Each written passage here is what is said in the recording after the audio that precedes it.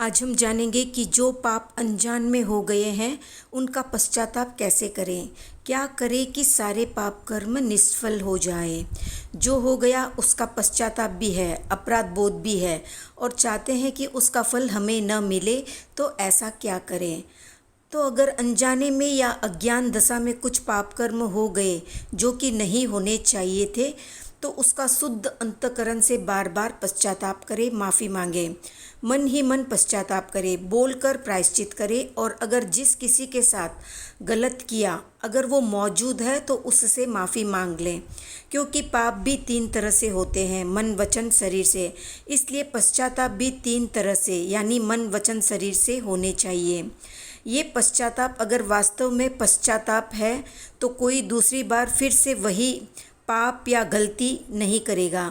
अगर माफ़ी मांगने के बाद या पश्चाताप करने के बाद भी फिर से वही पाप बार बार होता है या हम करते हैं, तो पश्चाताप का कोई अर्थ नहीं रह जाता। शुद्ध पश्चाताप ऐसा होता है कि एक बार गलती हो जाए तो जीवन में फिर कभी वही गलती नहीं होनी चाहिए। बार बार गलती हो रही है या पाप हो रहा है, यानी पश्चाताप के अर्थ को हमने समझा ही नहीं है। अगर पाप बड़े रूप में हुआ है तो किसी मनपसंद वस्तु का 1 साल तक त्याग कर दें, या कुछ तपस्या उपवास का संकल्प ले लें, या सामायिक का संकल्प भी ले सकते हैं, या एक साथ सभी संकल्प एक साथ ले लें। तो खुद ही जज बने खुद को सज़ा देने के लिए। जितना ज़्यादा पाप हुआ है उतनी कड़ी सज़ा खुद को देंगे तो पाप निष्फल हो जाएगा।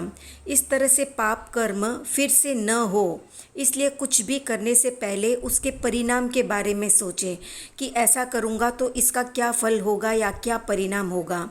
जब परिणाम या फल पर नज़र रखेंगे तो कई पाप कर्मों से अपने आप बच जाएंगे।